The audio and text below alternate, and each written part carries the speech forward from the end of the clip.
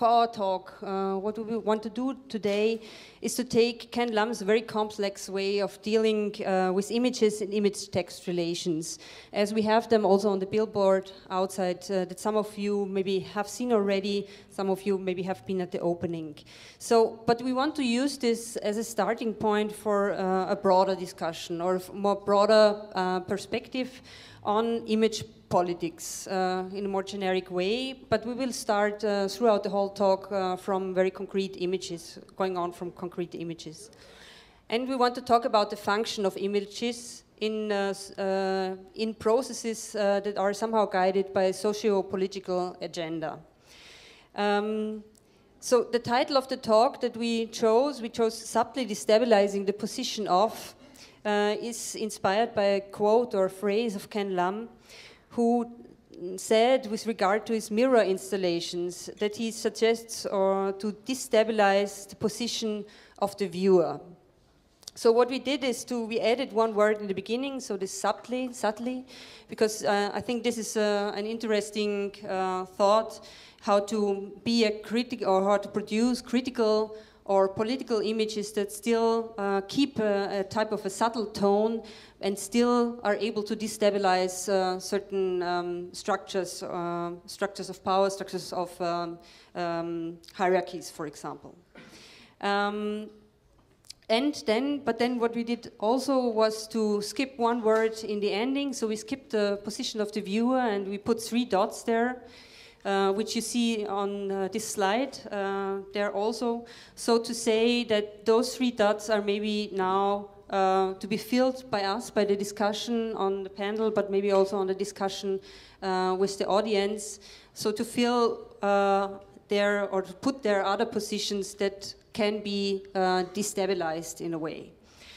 So this could be the author, this could be the public, the viewer, this could but maybe also be the meaning of an image, but maybe also the category of the image itself and how it functions and how it works. So one maybe guiding line also for this panel today might be what are critical images and what are images that allow to negotiate identity, difference and plurality so as to neither fix difference, fix the other as an other of an otherwise invisible hegemonic position, or neither to simply produce an exotic object for a voyeuristic gaze, or a commodity which brings profit only to the viewer or to another hegemonic system. So this is somehow the topic for this evening. I proposed 3 guiding questions or 3 guiding topics, which we maybe will only get to on the rims or on the sides. So we will not really work on them in detail, but we will maybe have them in mind in our bag. So the 3 questions would be images of what? So images. What do they refer to? What do they actually show? And what do they relate to in the way of reference? And how do they work? How do they function? So this would be the first. The second would be group portraits, so as we have it now also in the coming soon billboard. So group portraits, that would maybe pose the question of identity or the individual versus or vice versa the community, and how do these categories, these positions somehow interact, how do they come together, and what role play images in the overlapping or the coming together of community and individual specific positions. And the third question that we would like to address would be on what histories. So what histories, what historical backgrounds are somehow inscribed in the images, but maybe also in the position of the artist as we discuss it today. Okay, so at that point I think I sit down. Best.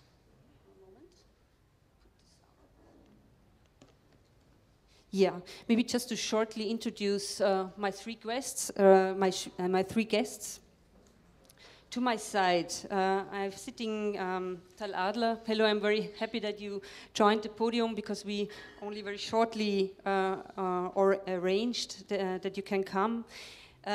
You're a photographer, artist-photographer, maybe born in Israel, but you live and work at the moment, or you live and work since some years now in Vienna. Your way of working is highly employing participatory methods and research practices. So this is what you do. You are involved in research networks or research groups that do types of artistic research, especially on blind spots of history, culture, and science. So in the course of this practice, you work at the Academy of Fine Arts, and you had and the projects that you were working in are called Mem Screen and Conserved Memories. And just to name two exhibitions from the last years that were involved, which are also loosely connected, some of them tighter or loosely connected to these research networks. One it was Laboratory Austria at the Academy of Fine Arts in 2013, and the other one was Overlapping Voices at 2008 at the Essel Museum in Klosterneuburg. The last place where you exhibited was the court, the Vienna Court for Criminal Affairs in the Landesgerichtsstraße, so also a very specific place that also influenced the content of the image in some respects. One project that we might talk about today also is the project Unrecognized, about the unrecognized Bedouin villages in the Negev, which started as a traveling exhibition in 2006, but we will talk about this later. Next to you we have Kerstin Brandes. Now I lost her. Ah, she's here. She's here. Well, actually, I should know. Kerstin Brandes, she holds an interim professorship at the moment for theory and history of current media at the Institute of Art and Visual Culture in the University of Oldenburg. She was lecturer and also professor and researcher at numerous universities and art high schools or art universities in German-speaking cities, or in cities in Germany, but also in Vienna. And her research, or that is important, she's co-editor of the journal FKW or FKW, Zeitschrift für Geschlechterforschung und visuelle Kultur, so magazine for gender research and visual culture. And also in this, there's a next edition prepared at the moment, which will come out in autumn, which is on postcolonial history of Germany. So this is one reason why we invited you today, or why I'm very happy that you can be here today. So her research and writing focuses on the relationship between image circulations, media history, transculturality, theory and history of photography, cultural gender studies, postcolonial studies, queer studies, so rather broad view also, but also very specific view on media histories and media technologies and their employment in the course of constructing society. And one recent research project of hers is the visual migrations of the Hottentot Venus. Maybe at one point the talk maybe we come to explain what that is, probably. Otherwise, we will read the publications then. In 2010, she published Fotografie und Identität, so photography and identity, and this will also be a main question of the talk today. And last but not least, I'm very happy to have Ken Lama on the podium. Thanks a lot for agreeing to participate in a more broader talk on image politics. Your work has been, Anne has introduced you already at the opening. You have widely exhibited and since the late 70s, I think, and in major international exhibitions as Sharjah Biennial, Istanbul Biennial, Liverpool Biennial, or for example, there was an important mirror installation at Documenta 11, 2002. Your work is, you work in various media, including performance, sculpture, installation, and installation in public space. Today we focus mainly on the work that somehow employs photography and language or scripture. But this always somehow relates also to the to the thinking of with this other media. You are founding editor of Yishu, the Journal of Contemporary Chinese Art, and presently you are professor and director of the School of Design at the University of Pennsylvania in Philadelphia.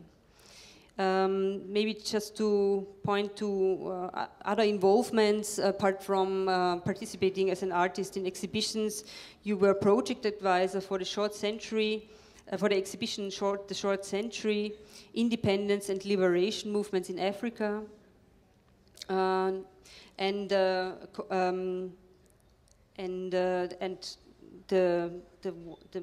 one important publication that and exhibition that I want pointed to was Shanghai Modern, 1919 to 1945, to other modernities from an Asian perspective and from Chinese Asian perspective, and the interactions with the Western concepts of modernity. I think it's important to point towards that. Yes, thank you very much for coming. What we would like to start now with is a short input of Kerstin Brandes, which will enter via the billboard that we have on the outside, or via the picture that we see on this billboard. And yes, I'm happy to follow you on that. Es müsste eigentlich sofort an sein.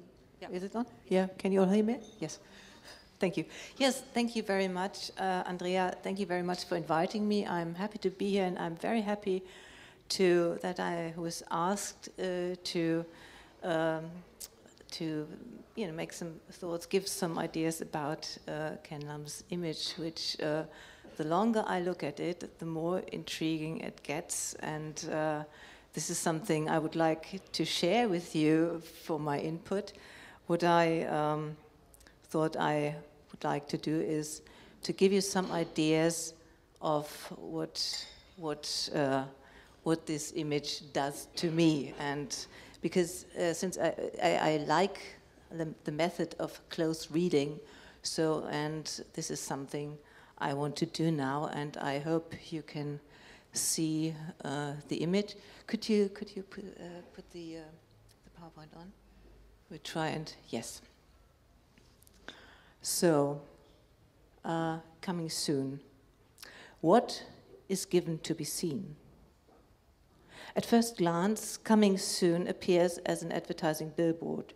It confronts us with a stereotyped image of the two parents, one child nuclear family, posing happily in front of what might be their home, the front door slightly open.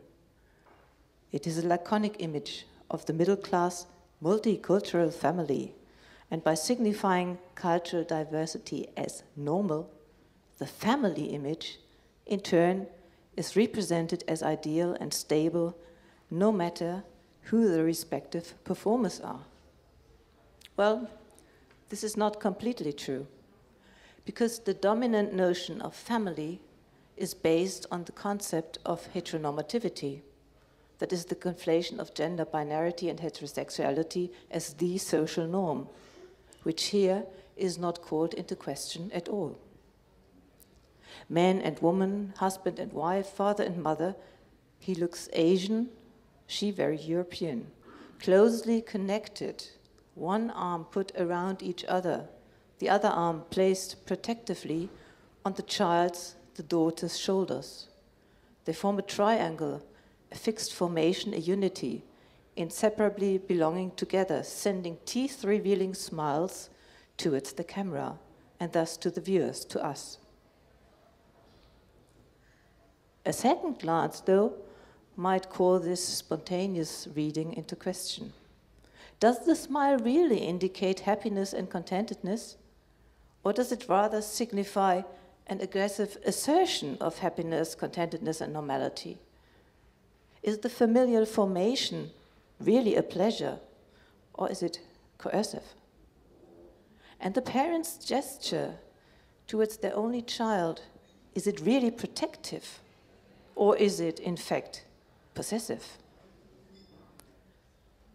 And just imagine the positions were altered, like the men were blonde European and the woman Asian looking. how would a spontaneous reading differ from what we've heard now? We are confronted with a very static, self-contained image. The protagonist's poses, their postures seem stock-still, rigid, even frozen, provoking all the more interpreting activity and meaning production on the side of the viewer. And the longer we look, the more obscure the mise-en-scène becomes, shifting attention towards the very process of reading itself. Well, let's have a look at another family portrait by Ken Lam that was produced 30 years before. Can we have the next slide? Which is the Adler family from 1986. The photograph also represents a two-parents, one-child nuclear family. It is also a middle-class, multicultural family, and this is a quote, mixed-race couple with their daughter. Here, the woman looks Asian, maybe Chinese, and the man looks European.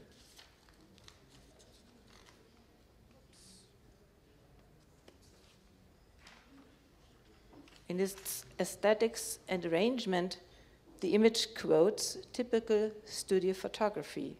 We see the family pose connoting private intimacy between the sitters, yet addressed to the public gaze in order to signify the well-being of society's smallest unit, the harmony between its members. The perfect family, which in turn has firstly been constituted through the very medium of photography itself. The photo is combined with a panel that looks like a company nameplate.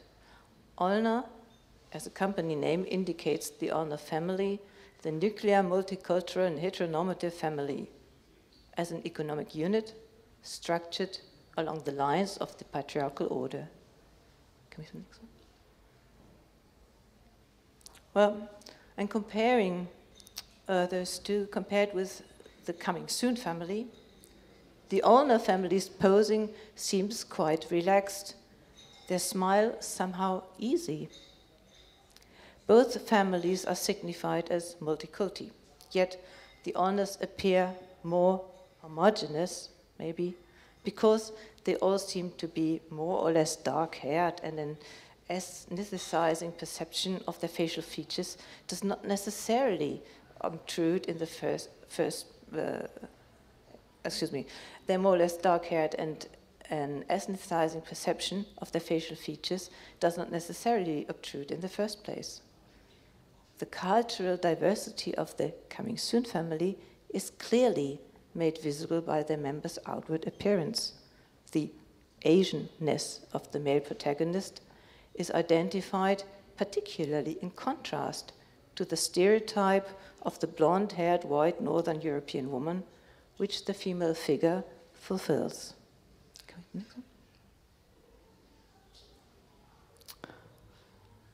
Are we perhaps supposed to read the mise-en-scène here as an experimental arrangement? Question mark. The parent figures as embodiments of ethnic purity and the child as perfect hybrid?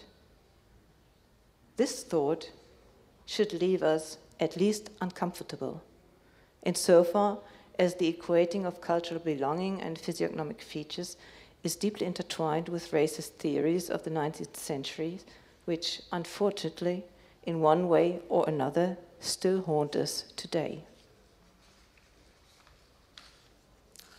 The slogan, printed in 2 languages, 2 sign systems, signifying 2 cultures personified by the parent figures, indicates a near future coming soon. But who or what is coming soon? The multicultural, heteronormative, nuclear 2-parent, 1-kid family as middle class and social norm? And is this something positive? Is it a promise?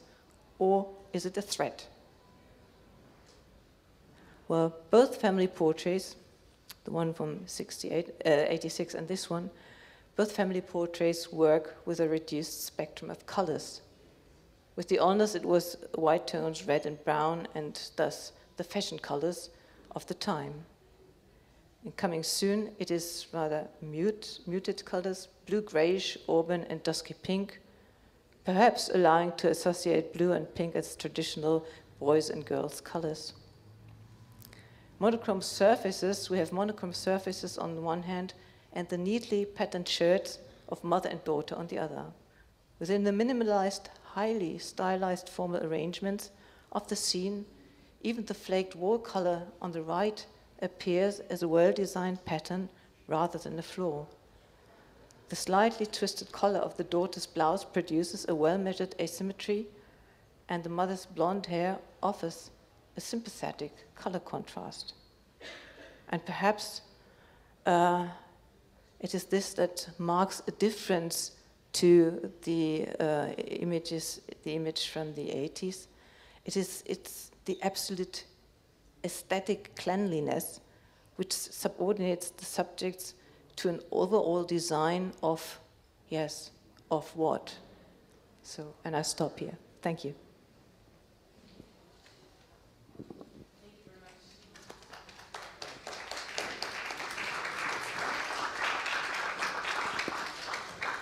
I didn't manage to note the last notion of aesthetic. What was it? Cleanliness. Cleanliness. Okay. Cleanliness. To be clean. Is this actually? Can we ask for sure? Is this a word? Is it a true word? It is a word. Okay, and it exists. It definitely what is a word. Cleanliness is a word. Yes. Yeah, and that's how. So, because I thought that aesthetic cleanliness would be the one thing that I really that really is a notion that that really points towards also my sentiments that I have when I see it. But what I also see is very strong patterns or like very well chosen way of combining one pattern that maybe somehow has an allusion towards more tribal patterns, and actually today I tried to camouflage a little bit into the billboard also by showing also so like trajectories to pop art, not pop art, op art systems, and op art somehow exploiting also some tribal basis, but also with the shirt of the daughter with the hearts, and also the shirt of the man, which actually has a pattern in the tissue itself inside. So there is a very, very, very, very careful chosenness of all the possible codedness that is in there. Maybe you could tell us a little bit about the color codes or codedness or system of codes that are inserted in this image. Well, I don't really believe in a color theory, right? So much, or a pattern theory necessarily, but in the sense that you can apply a particular color theory in a more generalized sense. But I do believe in color theory for any individual picture or any and such. But not so much this kind of Joseph Albers idea that you have a color theory and this works or that doesn't work, right? But I think that color is very important because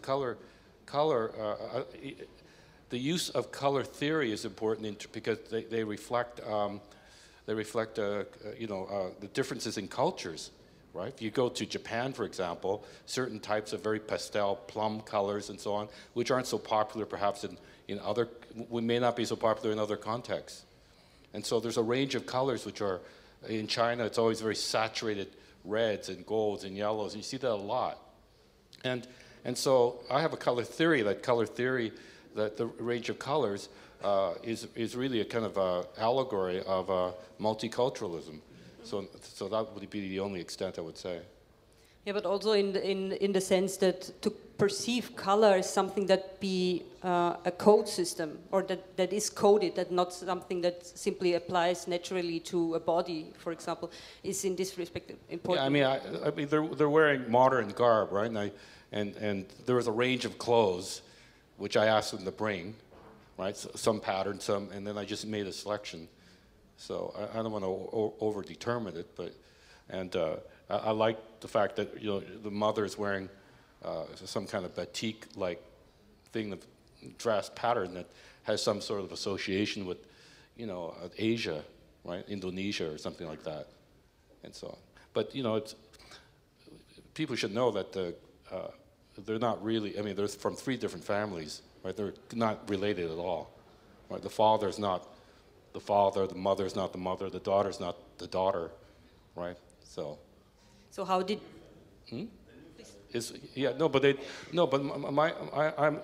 But they look like they could be from one family, and I think that's more important. It's possible that they are truly a family. Plausible. Also, this was also a word that I thought this, and what I also thought about is that they blend so perfectly into the background, also via this color codedness or color systematics that is there. Well, there's a kind of a very narrow range, I would say, in terms of the tones of colors, and I think that the kind of Spartan aspect, the very reduced aspect of that range, is important because it signifies a kind of generalized, highly developed modernity, right?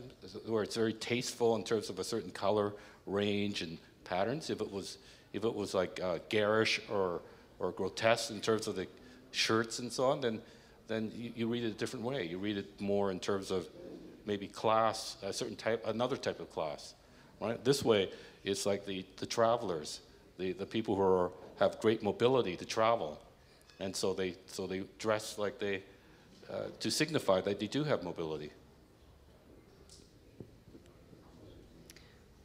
I was just thinking about also gender structuring in the image via the clothings of the women wearing actually the most ornamented or ornament type vest or shirt there, whereas the man has more this blue. I mean, of course, blue and pink is somehow it has this color code aspect, but maybe not in every culture. No, this blue versus pink.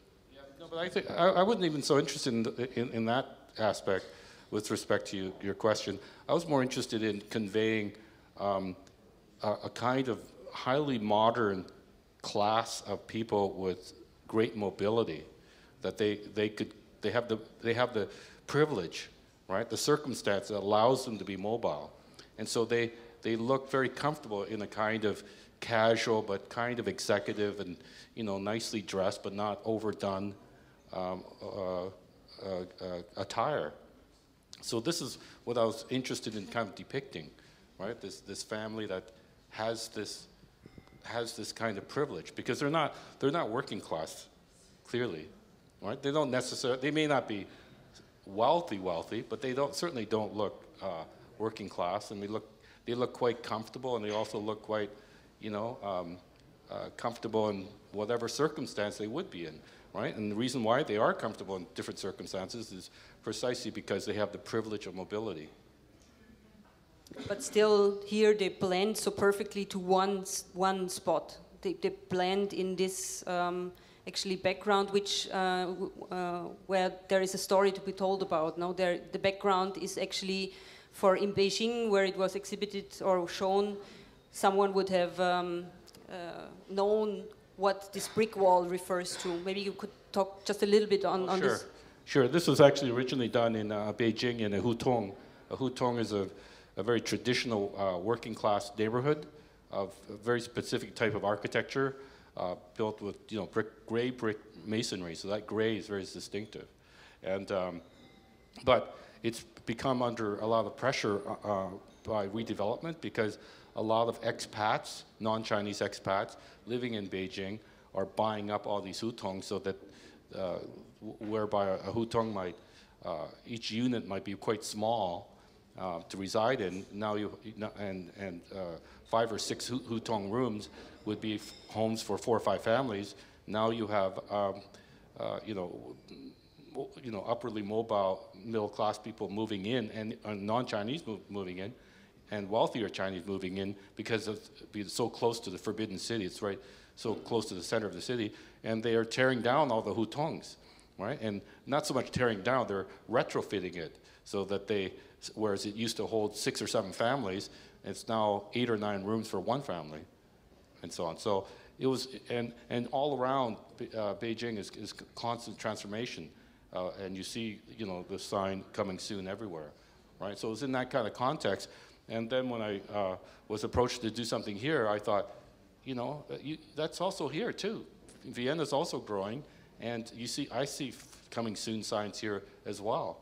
And so then I thought that would be a kind of an interesting kind of revisit in terms of that context that was in Beijing, and see how it would be applied here.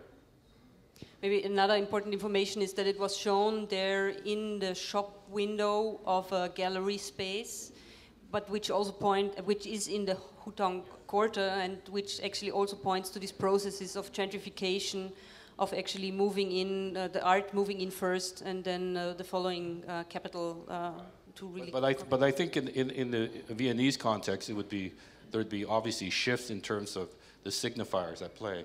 I don't think it would be so much about the, you know, the kind of appropriation, gentrification. I don't think it would be so much an issue. The issue here would be a kind of, you know, this family here is also, yeah, they're coming soon, meaning they haven't quite arrived yet, and but it also could be broken down into different ways. Something that's coming soon could also mean that something's already planted a flag there, and then there's more coming soon. So that is the critical mass of it coming, whereby it reaches the point of arrival, hasn't quite arrived yet, and so it's coming soon, right? You could also have coming soon, as you mentioned, in terms of a kind of foreboding, a kind of a threat, like a kind of warning that this is coming soon, and so on.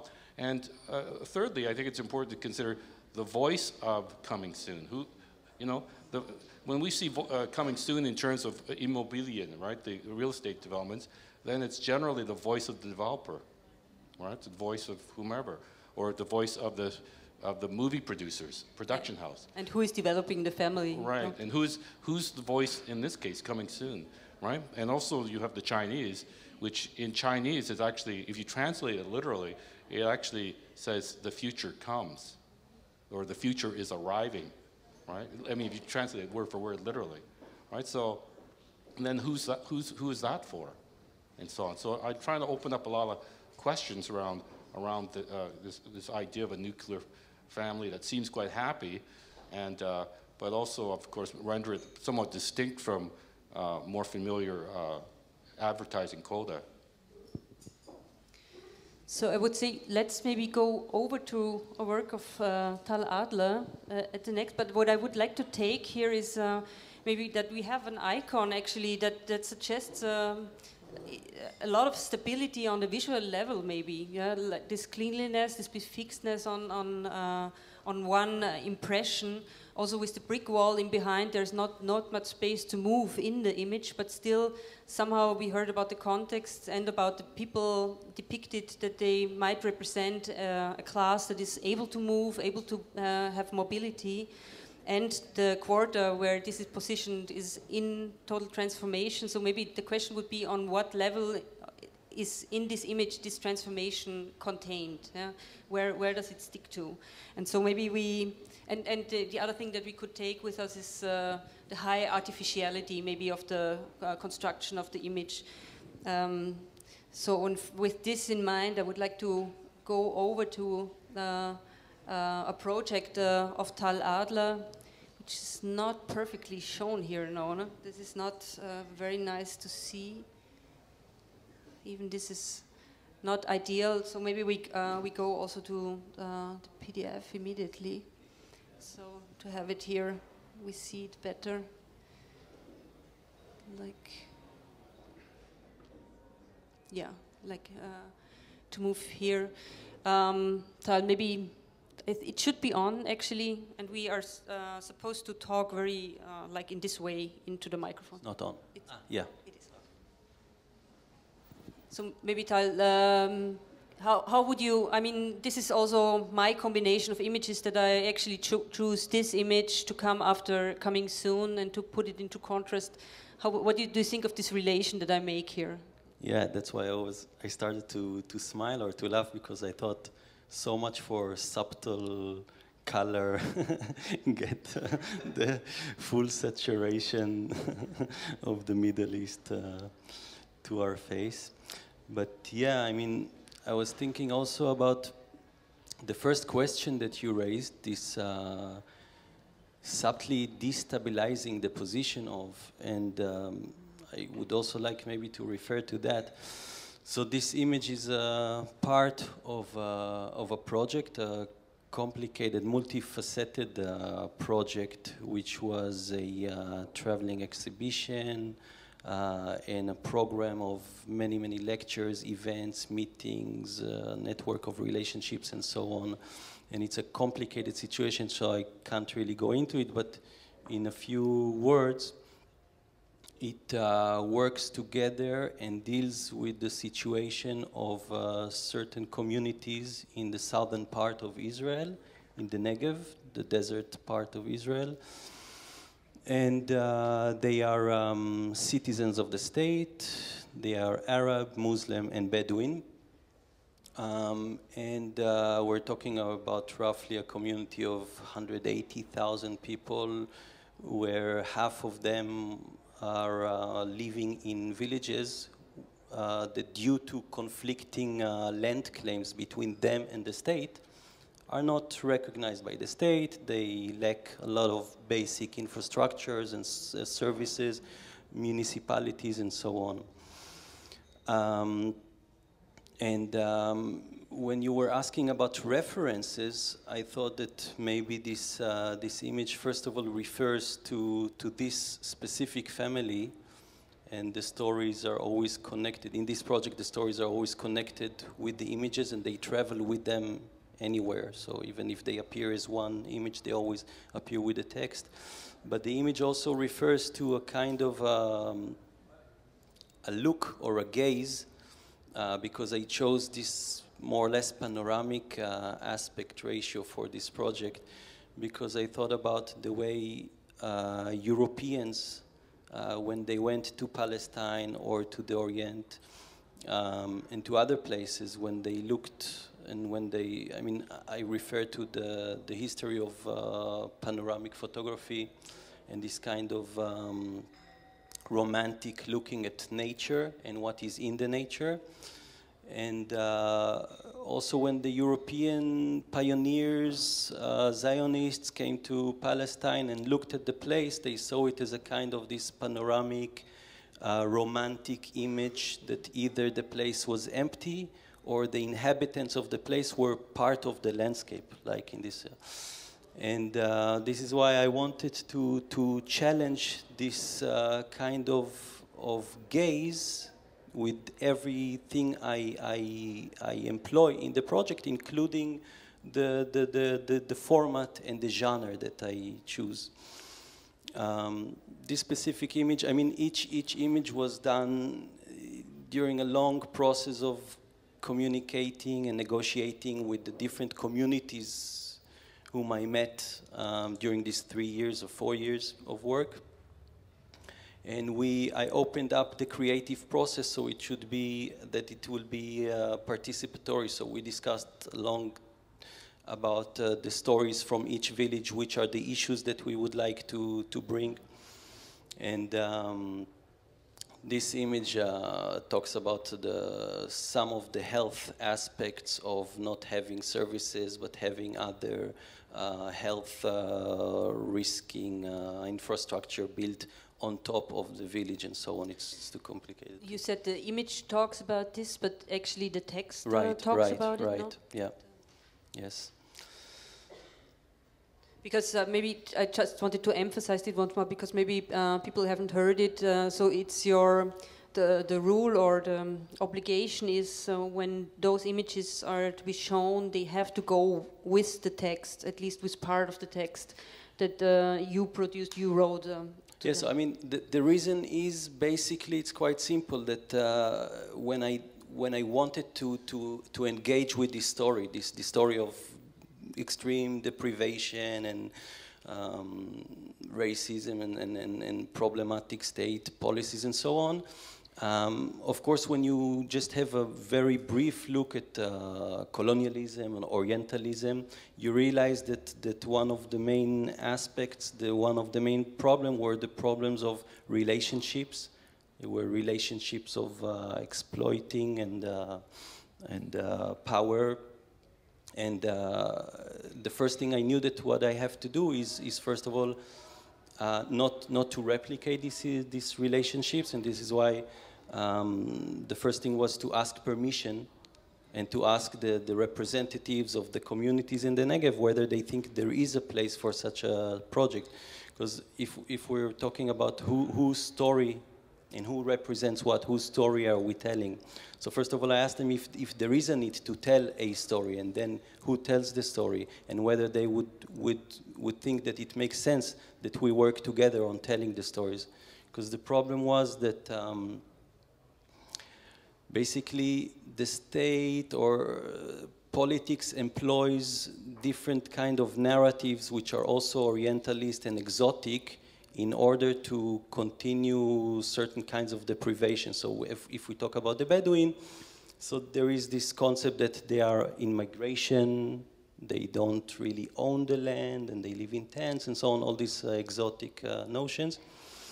And the media is a very important part in this kind of forming public opinion. So my idea was that maybe I would like to help and participate in this kind of challenging public opinion. But then, of course, the first thing I knew that I don't want to go into this problem of representation and whose voice. This is why I asked the representatives, and this is why also it's such a long process, because to engage with dozens, many dozens of communities, NGOs, individuals, and representatives from so many villages, it's quite a complicated task. Maybe just to, I think we didn't say the name of the project. I said it in the Vorstellung. It's unrecognized. So it's about to bring something to recognition, which is before that unrecognized, which is before that also unseen in a way. So as you said, also with this area being pictures either totally void and so on. So maybe this bringing to the fore something that has before been not seen. Maybe I thought maybe I'd pose this question to Ken Lam also, whether this is also type of your policy or whether this is or not. Yeah. I think there's always something that's, I think interesting works of art always contain within it something that's maybe not so much said or unsaid as opposed to unseen. I mean, because, you know, iconographically you can see things, you can draw up narratives, but then upon what you refer to as these subtleties, there are things you, that aren't said.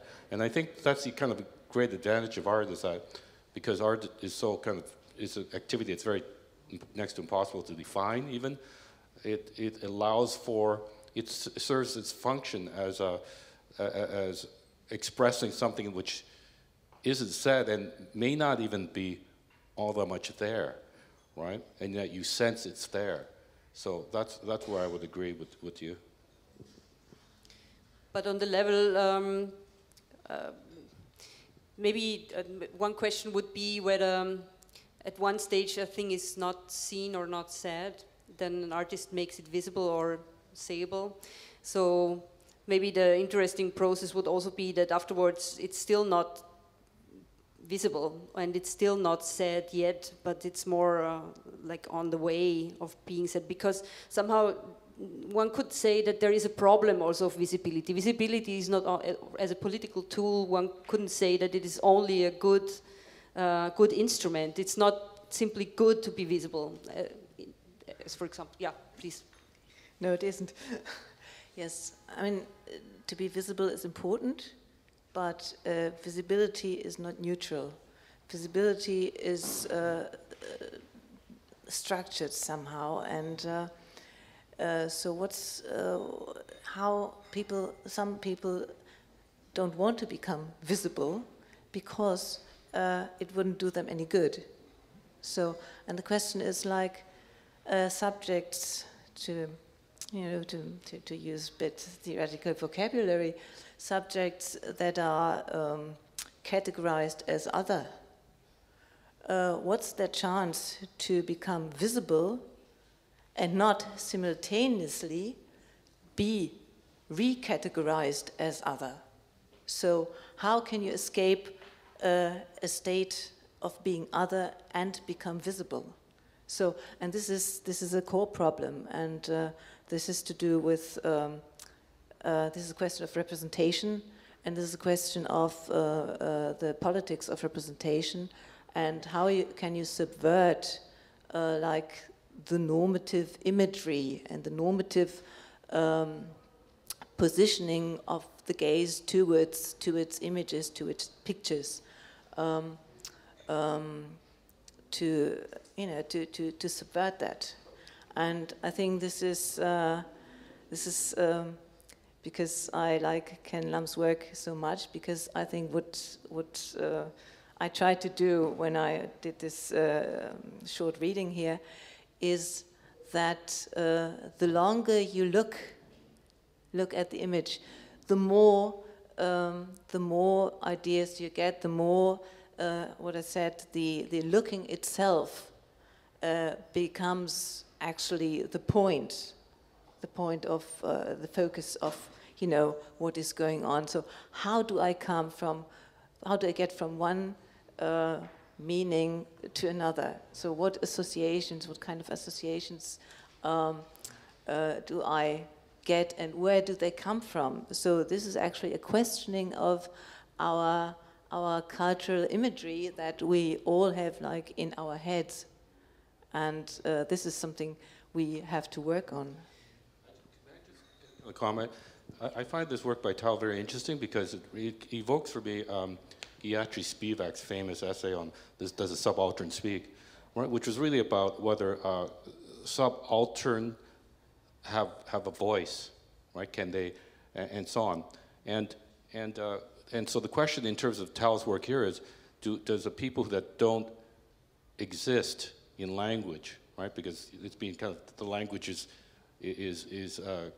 taken away from them, so to speak, right? It's very Orientalist language and so on, spoken by the administrators. If they don't exist, do they have a voice, right? And so Spivak gave a very, very kind of ambiguous answer, right? But one question she asked, in addition to the title of her great essay, is that, well, it's maybe the problem isn't so much that they have no voice, but that they have no voice because nobody wants to listen to them, or nobody listens to them. And I think that's quite interesting about this work. Yes, so maybe this is with you, what I just heard. I didn't know your work before, unfortunately. I'm sorry about that. And I think it's really interesting because when I first saw it, I thought, okay, this is photographs, and this is comment, this is kind of documentary. And then I looked a bit closer, I read the text, and I was informed by Andrea what your concept is. And I think what is really interesting is that that the text doesn't seem so much a comment on the photograph, but the photograph and the text, they are kind of on the same level, and they build something. Yeah, they build a text. So when you have this family image and there is about water problems, the text tells us something about water problems. You get kind of a story, and a very serious story, and so a story that is that you should feel intrigued actually to listen to. And so I think it's very catchy in a way. On a very, very particular level. Sorry, at the end, you mean the one with the water pipe? I was looking for the one with the water pipe. Yeah, you found. Yeah, I mean the complicated thing was because the story is a key word here, because I mean the first idea I had is if we're talking about Subtly challenging the position. I wanted to, I mean, they're not really transparent, even though they're also in Israel. People say, this is the transparent, unrecognized, but it's even worse or more problematic than that. They are seen in a certain way that the narrative, the hegemony narrative sees them. And this is also why I mentioned the more Orientalist way of looking and so on. And also when I examined older photos from the 20s or the beginning of the century, when you have these kind of depictions, they are usually, as I said, it's more romantic, but when you have the European pioneers, they are closer, they look at the camera, you see the identity. And there, usually, you don't see the identity is the shepherd, the Bedouin, yeah? So this was also one of the decisions to have a portrait in a panoramic, which is also not so simple, but to have a panoramic, but to do portraits and with the names and the stories. And the complicated thing was to work on the stories and the design of the image together with the representatives. So in a way, we kind of formed for each story, I call it stories, for each page, for each story, an own series, an own project, an own thing that sometimes it took months or more than a year or two to decide what will be the story, how it's written, and so on. Sometimes it was also easier. They said, yeah, you know, do the thing, but usually it was a really involved participatory thing. One thing that I thought is maybe also interesting in respect of the panoramic is that it is a big picture. There is a lot to be seen, or a lot of space to be looked at, or to have the gaze wander around, and especially with also the image of the family here in the story, you give actually, you point towards something that might be seen, like you say that from the tent they can see the power plant there, or they can see the factory there, or on the other side they have the electricity line going over them, and that's what they can see. That's what the text tells us. So it's somehow offering also maybe a way of looking at the picture.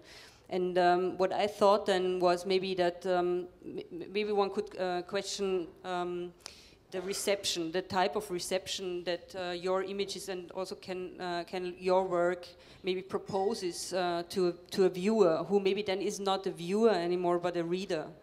And so that there is this one thing of seeing an image, but maybe it's not giving to see something or to make something visible that hasn't before that been visible, but more to read it. Is there a preference, seeing, reading in your work? Well, I think every image is, you know, is a discursive construction. An image is a fundamental part of a discursive construction. So an image is saturated with all kinds of textuality. Just as the converse is true, a text is saturated with pictorialism, right? Multiple pictorialisms, right? And so that's why if you have image and text together, automatically you're going to have some sort of oscillation, if not tension, in terms of a kind of shifts in terms of possible meaning, and even including alternative narratives, and so on. So when you work in image text, you have to try to modulate that instability somehow, right? But knowing that it will always be unstable inherently. There, I think I would like to switch to another image in our show. Where do we have it? Do we have it here? Yeah, because I wanted to include, when it's about images of families, I thought it would be important to include some of your work that actually is working without image. Though we have this logo on the left side which shows an earth and a paper company's sign maybe. So there is this also from the question of seeing, reading part, a specific decision not to have images included in those configurations. By the way, the image quality is so poor in these, but Yeah, I mean, I wanted to do portraits, right, without pictorialism, without an actual photographic image, so to speak, right? So this is a portrait of Grace, on the one on the right, a portrait of Grace Chung, who's a financial consultant. So I'm interested in, you know, she's a hypothetical figure, but it's a plausible figure, and she's obviously a financial consultant, right? But she has some problems, obviously, in terms of someone's threatening her and her family, right? So I was just kind of interested in this, this kind of projection of a more stable self through, you know, a much more familiar business information half of the sign, and then this more provisional side, which allows for the insertion of some sort of subjectivity, I guess, some kind of individualism, right? And in this case, her sense of feeling threatened, and so on. So, but ultimately, it was a kind of portrait, right? It's not a portrait in the sense that you know what she looks like, but it's a portrait in terms of her subjectivity, her state of mind, and so on. And it has this one very specific strategy to actually include a type of text or a textual information or a saying into another text that normally is much more generic in a way, the advertisement text or the trying to address an anonymous right, but audience. I was also interested in the fact that these sorts of sign systems, these commercial sign systems, they project themselves in public space. They're generally quite large, right? And so they project themselves, and so she's actually, it's almost like she's out in space with a megaphone, and she's saying, "Leave my family alone," right? Who is this person, right? So I wanted that act as well, that kind of gesture of a kind of a voice, right? And the question of whether anyone actually listens to this voice. So maybe let's look what we have next, because I put a lot of images into an order. Yeah, maybe we could use this because this actually fits very well in the same respect, even though we don't have so much on the level of that the text of advertisement is here included, but it's of course the context of showing an advertisement that is very strong here, and again, it's a very emotional voices that are showing here. Yeah, the image quality is horrible. I'm not sure what's going on here, but yeah, but there's a very specific context that generated this work, right? I was commissioned by Museum in Progress to do a small poster, you know, which was they'd been doing this as a series every year for about 6 years prior, and never any problems because it needed formalization by someone in the government, city government, and then I was the first artist that they said no, right? So I wasn't, and so Museum of Progress said, this is unacceptable. You know, it was during the time of, you know, kind of a, let's just say, more reactionary government in Austria.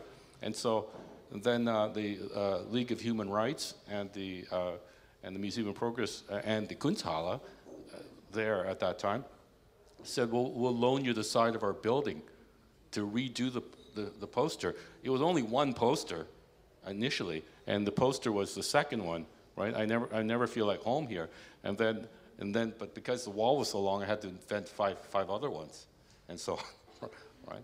And so it came out. It was generated out of that kind of context, a kind of response to effectively being censored at that time, right? Because when I asked the official why was I the first project to be disapproved. And he said, it's not that I'm against your work, it's just that this takes public dialogue in the wrong direction. How come? Because emotions are involved suddenly, or? Well, I'll never forget his response. I think it's a very political answer, right? Meaning that there's a correct way to further public dialogue in his eyes, and I was doing it the wrong way. I have one more story, which is a bit of an anecdote, because the third picture there's an Asian man, and I was actually interviewed by Austrian TV, right? I said, do you want to do a practice? And he was very gung-ho. He says, no, I've got some questions and so on, and no practice and so on. And then he says, okay, are you ready? I said, fine. And I sensed that he was really eager to try to trap me in terms of the questions. I don't know why. And his first question was, Ken Lum, why did you include yourself as one of the 6 figures? And I said to him, I turned around and I said, that's not me. All right? That's another Asian man. So much to projections. Also, yeah. No, you don't. Interesting anecdote at that time. At that time. It's very, very telling also. Actually, so this work really caused kind of a provocation. Actually, really also type of fight, which is not your basic intention when you go out with pictures and images. No, yeah, it's not. Yeah, that's true. It's not typical in terms of the way I work in terms of the forcefulness of the message, right? But you know, I was responding to a certain type of I would say provocation, and I felt it was necessary at the time. That's all. But maybe then with provocation or with causing real interactions or real response also to work, we can pass on to.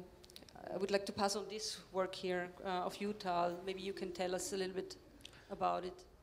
This was for around a year, 2 years. I did a series of posters with a friend, Adler.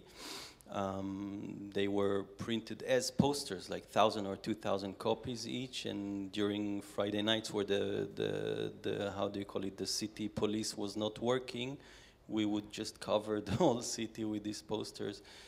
And this is the last one. It was just 1 year before the Israeli army withdrawn from Lebanon after 20 years of being there. And we just joined. So this is a series called Shimon and Shimon, these posters. It started during the elections for the municipal elections in Jerusalem, 98. And we were then Shimon and Shimon, the 2 candidates for. And it was always like a very fast reaction to something specific, political, which is happening either in Jerusalem or in Israel. But this one, there was a movement for quite a while called For Mothers, who wanted to mobilize the people and policymakers to withdraw from Lebanon. And we kind of joined them. So Shimon and Shimon were, engaged. And it says, I love Lebanon. And with this little star, it says, promotion guaranteed in case of death. Because this is really, in the military, when you die, you get automatically a rank higher. So if you were a sergeant, then you're a first sergeant, so on. So this project caused a reaction of this was a provocation. In what respect was it? We received a lot of reactions from the street. I mean, we were not supposed to be identified because it's illegal to put so many posters. You get a fine for each poster, so we would be able to,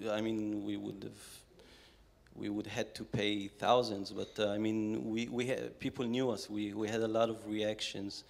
I can't say that we managed to change policy or to really engage in the politics in a way that it's maybe really influensive, but a few weeks or months after this poster, the military did withdraw from Lebanon, so maybe we had a hand in this.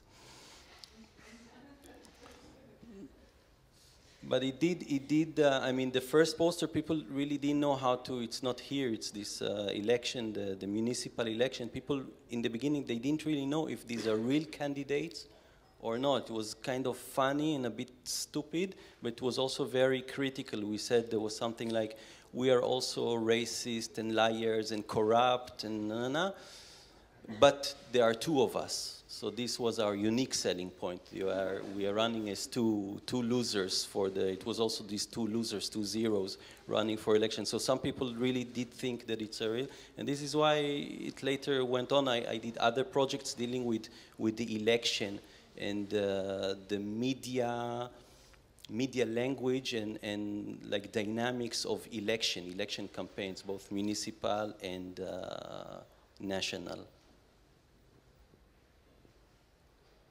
So, but from the tactics or from the strategy-wise, it would enter the public from another side. So it would enter the public from the side of entering it illegally in a way. No, so yeah, strategy-wise, it was like inspired by these movements like culture jamming, Adbusters.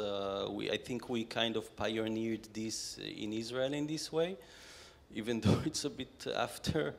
But yeah, in a way, like hacking platforms. And this is what I've always been doing in a way, also with Unrecognized and other projects that I did with One State and so on, trying to hack platforms. So if we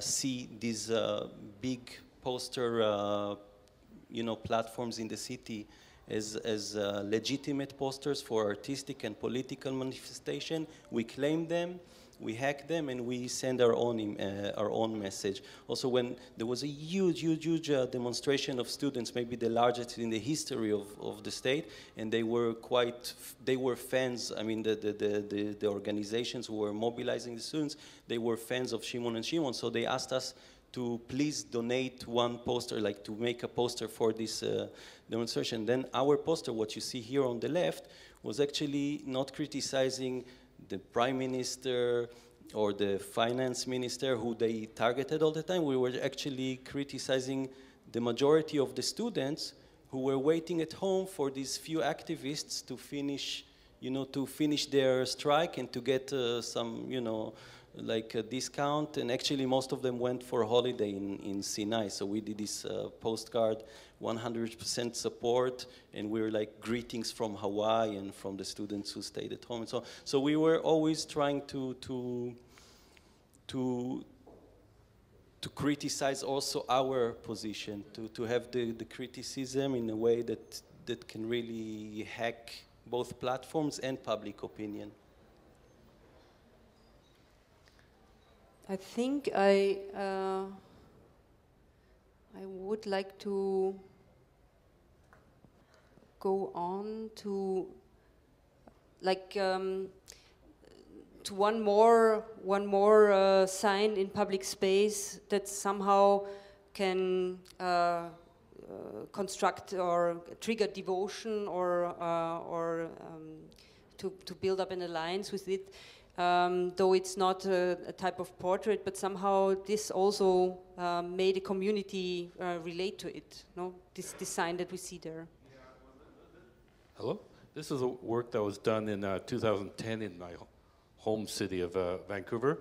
It was called Monument for East Vancouver, and it was actually based on a piece of graffiti which appeared and reappeared sporadically over many decades over East Vancouver. Vancouver is divided into 2 halves, basically. The west side of Vancouver, which is wealthy, and then the East Vancouver, which is poor.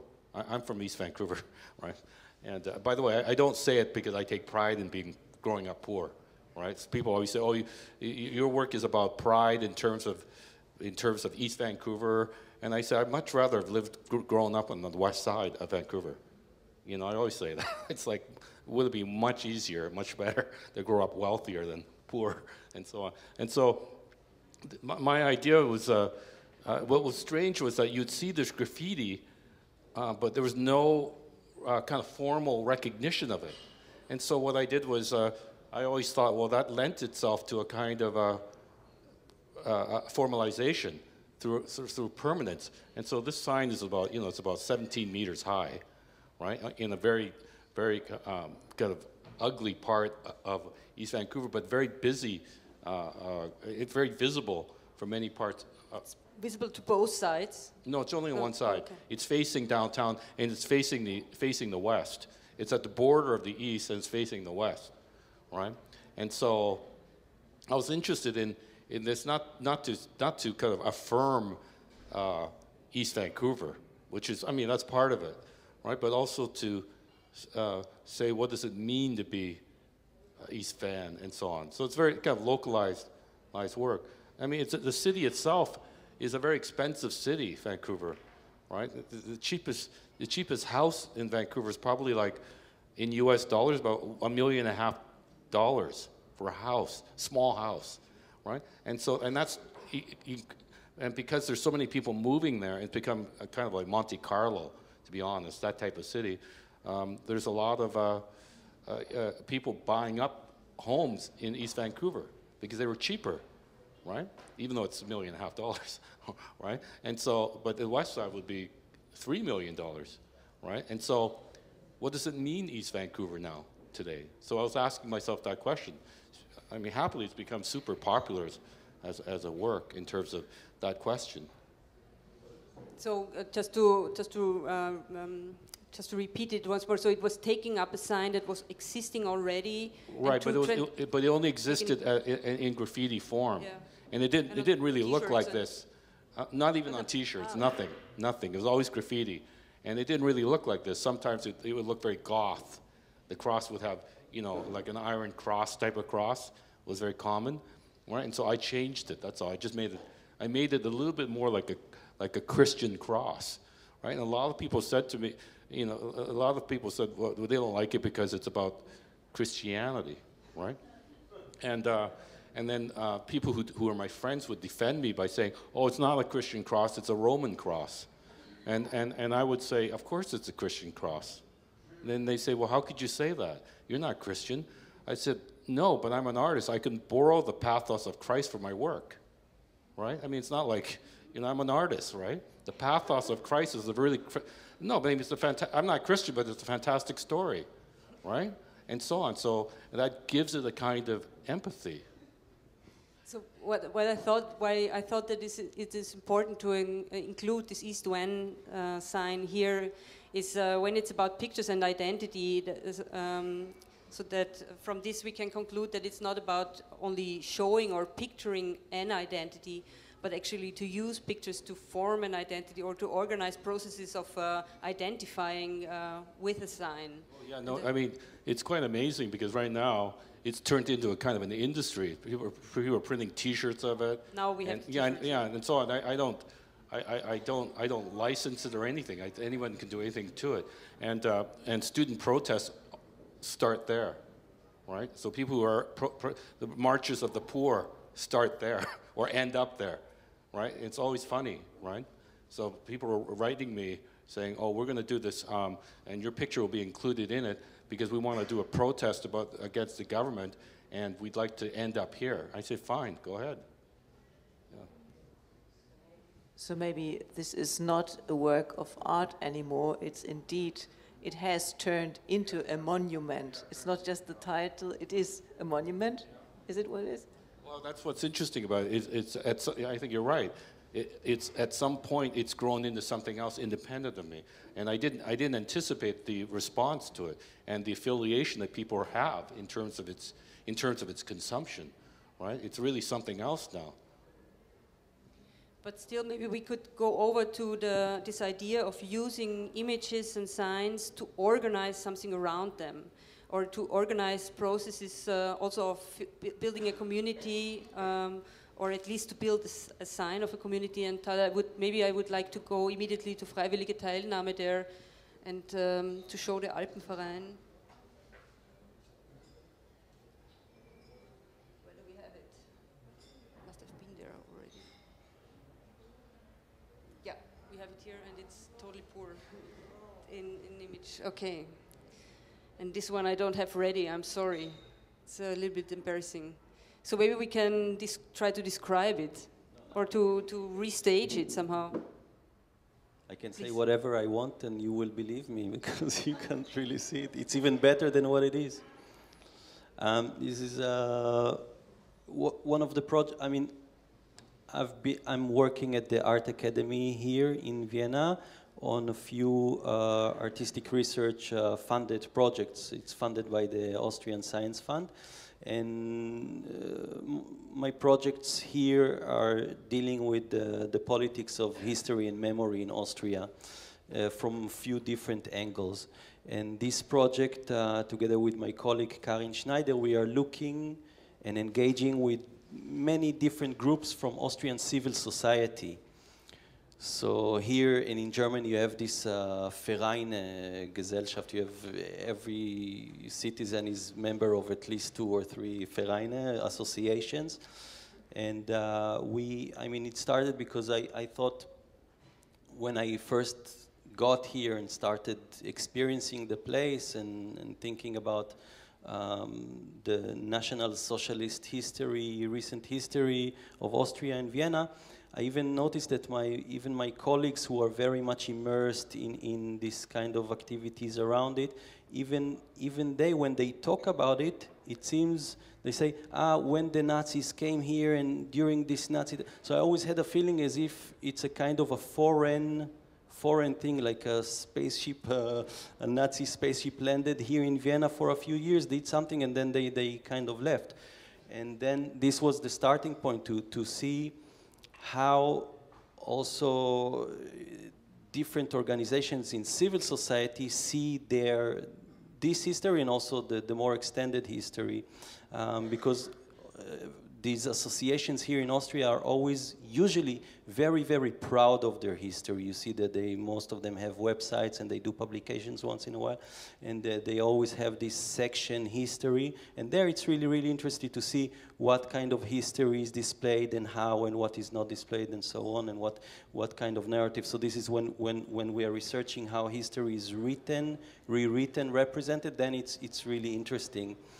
And in this, I mean, we approach these associations and we invite them. So this is why the title of the project, Voluntary Participation, works in a few levels. First of all, thinking about whether society in extreme regimes participates, or is it, when they say that when there is dictatorship and fascist rule, there is no civil society. This was my starting point to see whether civil society exists and how much does it voluntarily participate in policies and so on. And this was a really classical example because this was the story of the Alpenverein, the Alpine Association. And the photo is a result of a long process of negotiation that Karin and I had with the Austrian and also with the German Alpenverein, because this is really an example of how this false or selective kind of looking at history works, because what we do know now is that the Austrians in the 20s, in the early 20s, were actually the moving, motivating power of anti-Semitism in the whole of the German-speaking, at least in the Alpinist scene. And with the story of how a small minority in the huge Alpen Association, the Austrian, led a campaign of three-year anti-Semitic campaign that forced the big German association, the Roof Association, to exclude the Jews from the Alpenverein, and this actually caused a huge outrage in Germany. So actually the Germans were really, really shocked by the amount of, by the extreme anti-Semitism of the Austrians. And this is why it's a classical story, because usually or at least when I came here and when I think about this Nazi time and Nazi and anti-Semitism, people usually think, Germany, the Nazis and so on. But here actually the story, and a lot of researchers already wrote about it, that actually the Austrians managed to kind of, if we're talking about critical mass, maybe this was a shifting point where critical mass was possible to reach, and this maybe later led for the rise of the Nazi.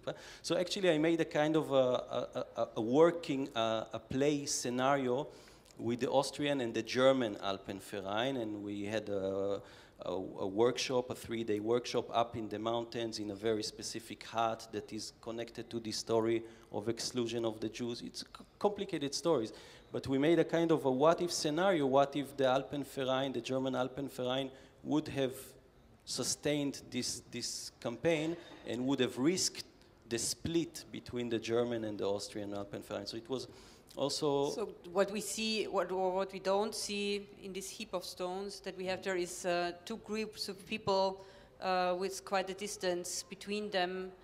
And again, a scenario that has this panoramic as the backdrop, in a way, at least for me, also triggered in the sense that there are so many stones that I could look at on an individual basis here. And but also the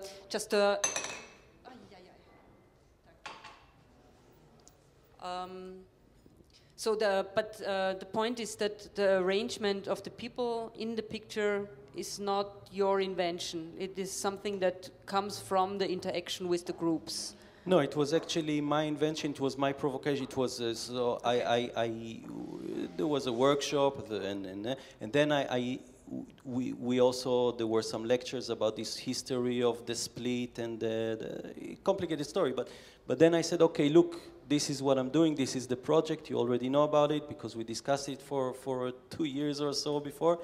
And what I propose is that now I will split you. The Germans will be here and the Austrians will be here, and we will make this photo. So, and this was like a case for, I think, a 2 or 3 hour discussion. And in the beginning, the people here in the photograph actually are quite important for the research of history. Some of them are historians who published a big book about the history of the Alpenverein. One of them is one of the Presidium, the presidents of the Alpenverein, which is a huge organization, and so on. So they were people who were also very much committed, but they found this idea of splitting them according to nationality in the beginning horrible.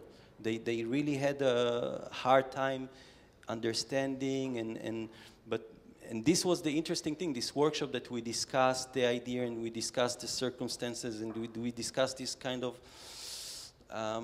sending trajectories from the past to a kind of a hypothetical future, and thinking what if, and the role of civil society, how civil society could or not, you know. Yes, okay. Yeah. Maybe as I see that the audience is already leaving a little bit, I want to show a last picture to have this last question just maybe triggered in a sense. Unfortunately, the picture again is really under all quality levels. But maybe just to ask for history in your pictures. Like we have heard now that actually Tal's pictures are very much based on historical research also. With your pictures somehow alluding to advertisements, which are maybe please the microphone.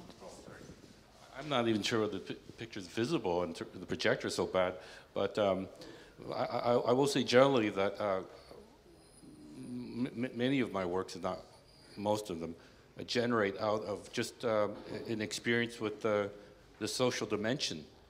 Right, so I walk out in the street and so on. I kind of experience it.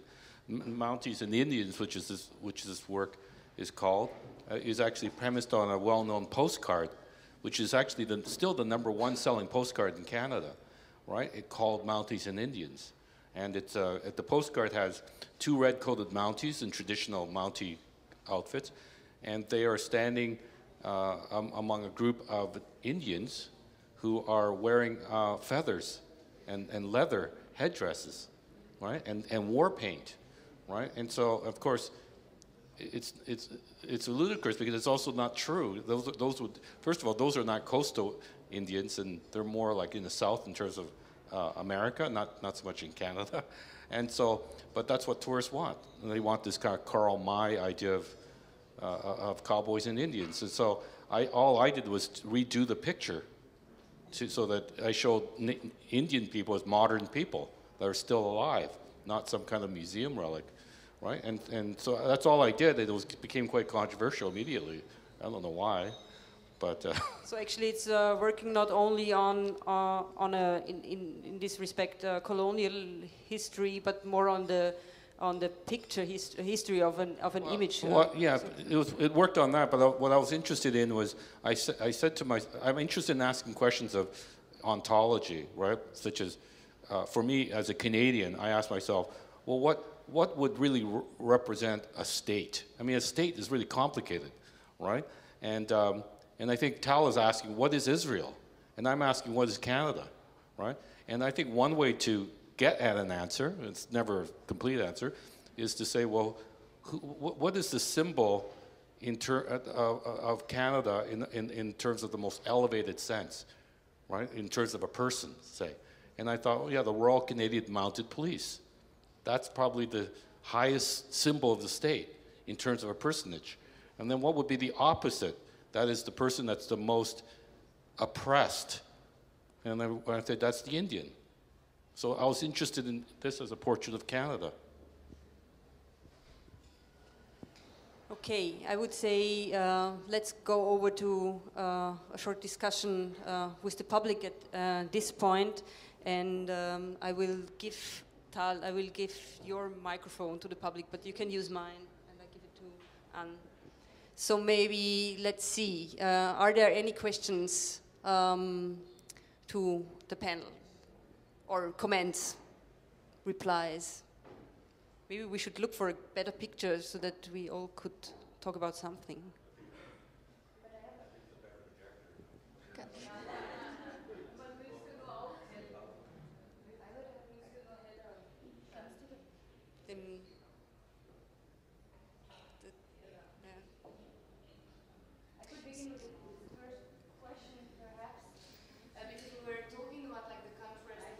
We were talking about the contrast between like having a face, like getting a representation, and having a voice, and you are both in your practices like pointing this contrast, and you are like you're creating pictures that are actually analytical or discursive tool. But do you think also they could be empowerment tool, your pictures, or the pictures you expose in the public space? Empowerment. I don't like this word either. Yeah, I'm interested. Empowerment in what sense? Empowerment in terms of maybe penetrating at a deeper understanding of the situation? Yes. But empowerment in terms of having some agency to try to transform things? I guess I'm not so interested in that. Perhaps it's more the question of like, who are you addressing? Because I mean, you're taking like you were talking about like, or you are picturing people from the middle class or from the working class, but of course the people that actually see your pictures are not from these classes, are like more, how do you say, from like. No, but I take the attitude. This is that what right. No, but I take the attitude of like an Honoré Balzac novel, right? In the sense that he was a great novelist, right? And he had a very penetrating sense of the reality that constituted 19th century French society, right? Now, was he empowering the reader? Well, was he entertaining the reader in fantastic, absorbing novels? But you also glean something about, yeah, that's true. Like when you're reading a Balzac thing, yeah, it's like, or in the character, you're gonna go, Cousin, Bat, whoever, and you go, yeah, that's a true character. Like and that character is true in the context of the society I live in, and that's what I'm interested in. And what do you think, Tar? I think it was relevant, but it wasn't something that I started with. I mean, I didn't think about these projects as empowerment, and actually, they did something, but not in the sense that we think now. It didn't empower the group or the subject. It's a kind of a self-empowerment, because as you probably understood, most of them come from within this field of political activism, Israel, and this critical debate, and actually there are a lot of people from different fields who are engaged in the same cause. So you have urban planners, architects, lawyers, artists, filmmakers, writers, professors in the university, and so on, who are somehow share I mean, they have totally different, but they share this idea of using their profession and their platforms to a kind of a process of social change or influence, political influence. And then I realized after some years that these kind of projects, what I'm doing and also what they are doing, and we always share, of course, information and platforms and so on, we also self-empower our kind of activities. So it kind of gives fuel for maybe a naive thinking that maybe a change could be achieved. And so it wasn't meant to, I mean, when I thought about the project in the beginning, but it did actually do that, even though if we look in retrospect and the situation now, things look much worse and gleam, how do you say, gleam? But it had this kind of element of self-empowerment and continuing this kind of momentum. I think empowerment and is important, but you never know where it comes from in the end. Yeah, and so what I think we had the example with the Van East.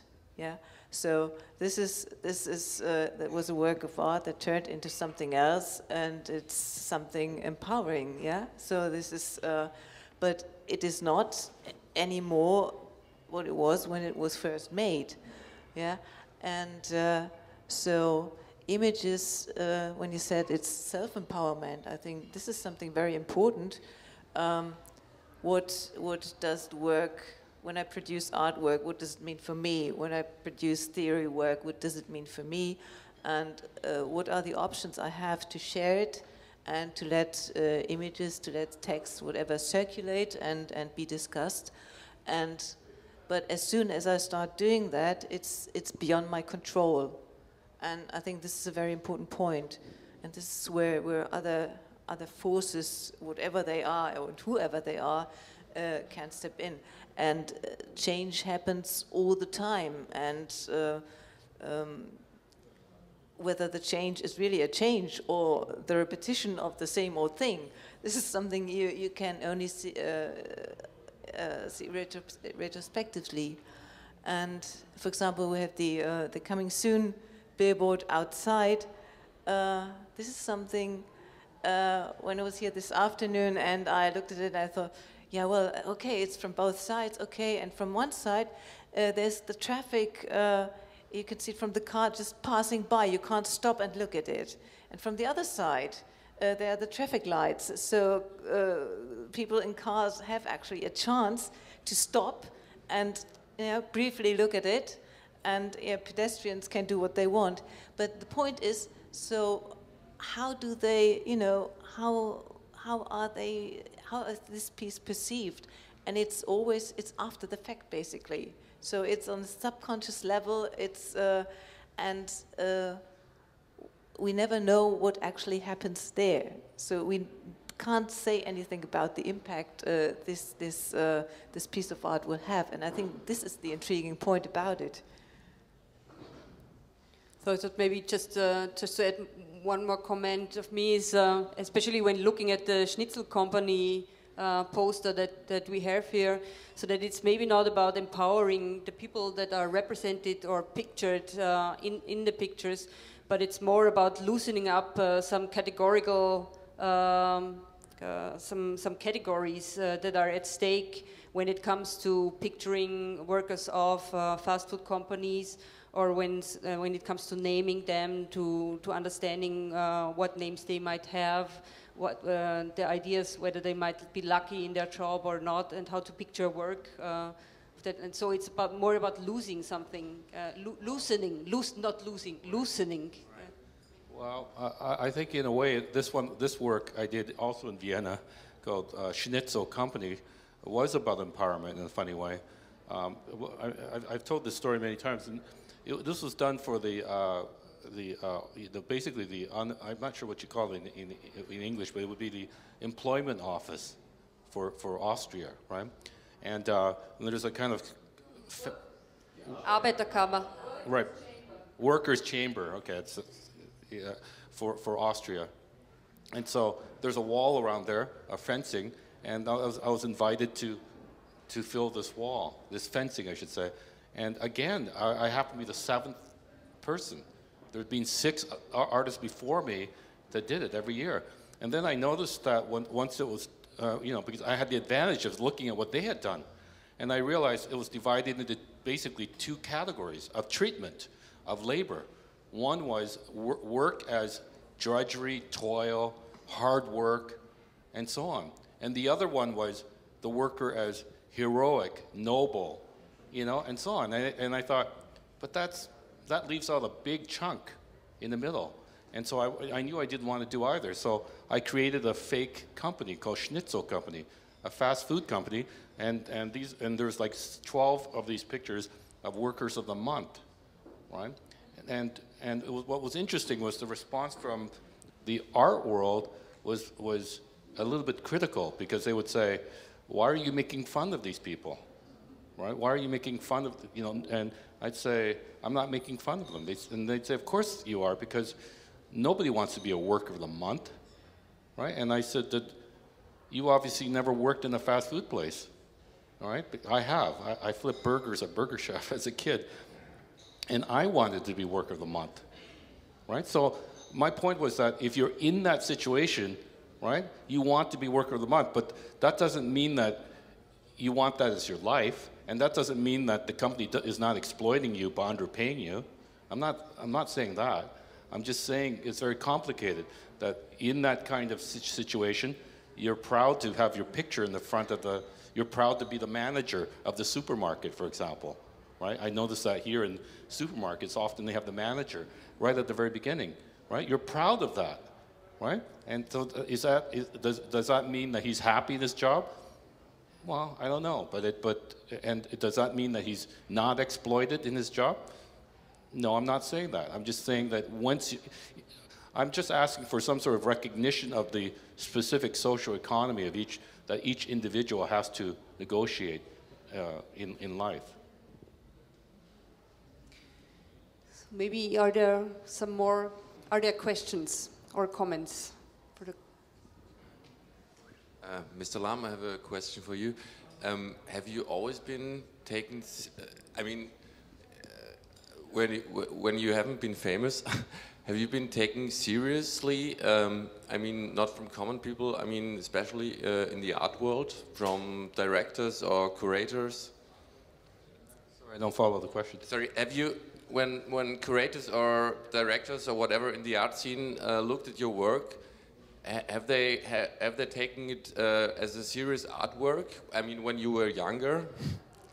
Well, when I was much younger, it was complicated, right? Because I can tell you, when I was much younger, the art world wasn't as diversified, let's say, and there was a kind of demand that someone who looks like me had to make work that dealt with identity, which I did, right? But it had to be, you had to deal with identity in a certain way, right? You had to affirm your identity, your specific identity. And so some curators would say, well, I didn't know, like they'd come into my studio and they'd say, I didn't know you were Asian. And I'd say, does that change things? And they'd say no. And then 5 minutes later, they'd be saying, well, if you're Asian, you should be doing it this way, right? Now it's easier, right? So, yeah, it's complicated. I still don't entirely follow the question, but obviously I've had a career, so somebody gave me an opportunity to show as well, right? But yeah, I think it's like, it's the only way I can answer you, is that at the very beginning there was certain, at any given time I would say, there's certain allowances in terms of what you can and can't say.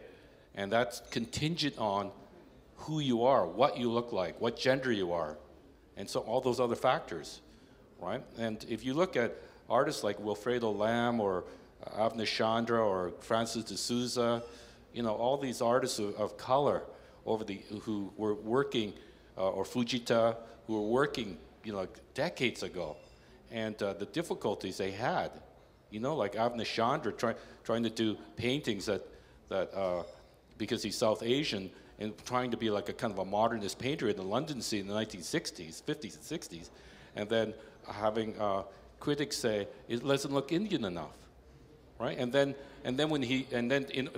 his own gallery would say, "Could you put some Indian motifs into your abstract paintings, right? Or Indian colors?" And then he would, and then they would sell, and then the criticism would be, "You see, he's not as good as these English artists because he still relies on ethnic motifs." Right, so it's like those types of things I think are often unsaid in terms of the politics of the art system.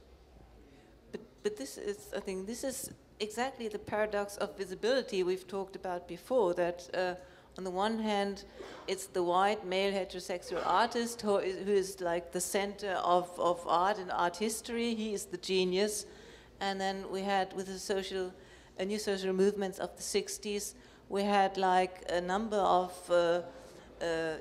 the whole feminist art movement, for example, and so they became visible. They became visible as critical artists attacking the system, but they were supposed to do that. They were supposed to produce art about women and gender and sexuality and sexual exploitation and sexual violence and all the rest of it. And the same happened like to black artists, to non-white artists, so to speak. They were also always supposed to, do something that stick to their identity, whatever that is. It's much less true today, in terms of the constitution of the art world. Yeah. Well, certainly, it's still true to a degree, but much less true. Yeah. Okay. Are there some more questions or comments? No, I don't think so. Because then I would like to say thank you very much to the panel. Thank you very much to the audience for your patience. And maybe just to thank once more, we forgot someone to thank at the opening, to thank the Angewandte for the cooperation. Ken Lam was there to have a 3-day lecture going on, and it's part of the chance that he's here. It was the Department of Trans Arts that we want to thank for the cooperation of Ken Lam. Thank you very much. Thank you very much.